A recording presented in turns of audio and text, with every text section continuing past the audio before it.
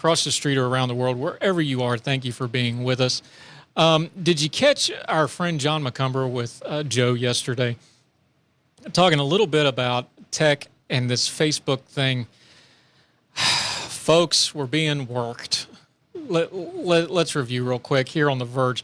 Mark Zuckerberg, the head of Facebook, the founder of Facebook, has come out with some complaints. Remember what's happened. We've now had this quote-unquote whistleblower on 60 Minutes Sunday night. Then Facebook and all its related apps crashed on Monday.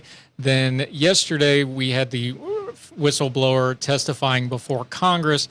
Now Mark Zuckerberg has come forth and monotonely read a statement, and he said, quote, "The argument that we deliberately push content that makes people angry for profit is deeply illogical.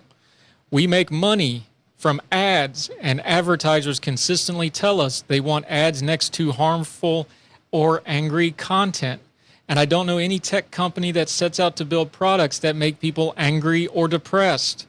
The moral, business, and product incentives all point in the opposite direction."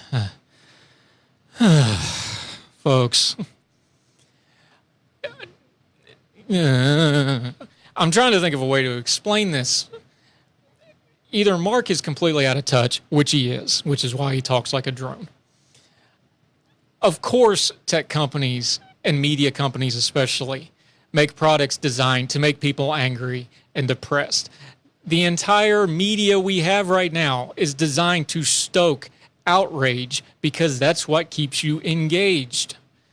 This is utter silliness for him to proffer that now maybe he's just so Pollyanna he doesn't understand this, but yes, he would be an idiot if Facebook did not design its product for engagement. And the way you get engagement online is emotionally. And anybody that's ever dealt with Facebook for more than 3 minutes understands the way Facebook stuff gets going is people get emotional because it usually starts with your own friends and family on your Facebook circles, and then things blow up. It's one reason I don't have a Facebook. I don't want to fight with people I like.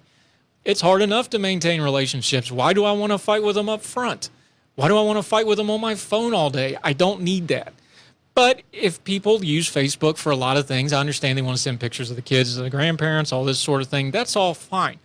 But too many people, it just becomes this emotional thing, and it becomes a giant telephone gossip game, and it becomes a way of yelling at each other.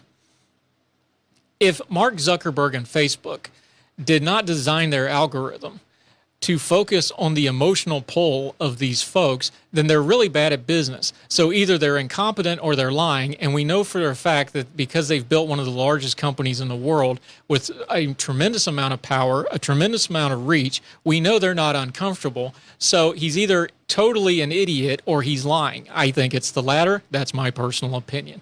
That does not represent the opinions of this station.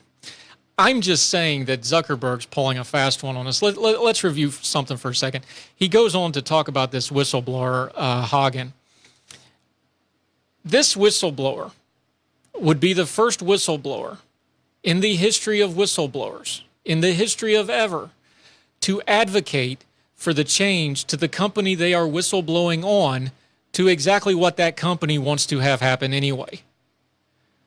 If you have any kind of streaming service, you understand that for the last couple of years, you've seen these commercials like, I was born the same year Facebook started. I was born the same year that Section 230 became law. And now I'm in my 20s. Shouldn't the law change? Facebook is paying for this advertising. Why? Why would Facebook spend millions of dollars and millions more in lobbying trying to get themselves regulated? And now, on top of that, we're supposed to believe this whistleblower who is whistleblowing items that line up perfectly with the talking points on why Facebook needs to be regulated. And then they have an outage the next day, which further delineates the fact that so many people rely on Facebook things, not just Facebook, but also WhatsApp and Instagram. And now Mark Zuckerberg's saying, well, of course, this is all silliness. How could this be? This whistleblower, what she's saying, nonsense. No, it makes perfect sense if Facebook wants to get regulated. They want the regulation because here's how this is going to play out. We already know, if you've watched any of these hearings, our Congress critters have no clue how big tech works. They have no clue how the internet works for a large extent. They are ignorant to it. Most of our Congress critters don't even write their own legislation. Their staffs write it and lobbyists write it. And the really bad stuff, usually the lobbyist for a company writes it, hands it to the senator or congressman that's in their pocket, and it gets passed on as law, and that's how that works. Who do you think is going to write the Facebook regulation? It's going to be former employees. It's going to be current employees. It's going to be all kinds of people, not like TK Turbo, who actually knows how to do things like this. It will be former people from Facebook, people connected to Facebook, people all about Facebook. Yes, TK Turbo. I'm noticing a pattern here. What's the pattern, TK Turbo?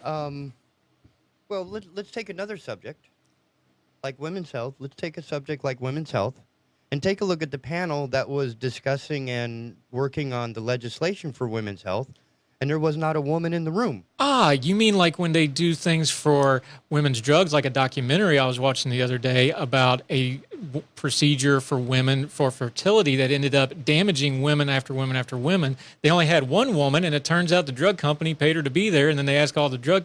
You mean that sort of thing, Pat? Yeah. Huh, funny how that keeps working out. Is this uniquely American? It's uniquely... Or is it just profitable? It's profitable. Is that what it is? That's all it is? It's both, because here's what Facebook wants to do. The only people that's going to write the Facebook regulation is we need an expert on Facebook. Guess who's going to write the regulation? Facebook. Karen. Yeah, Karen at Facebook is going to write this regulation, and they're going to write the regulation to be advantageous to Facebook. Facebook is a dominant company in the social media realm. So their planning is, hey, they're going to regulate us at some point anyway because government likes to go after the big dog. You got him? Sorry.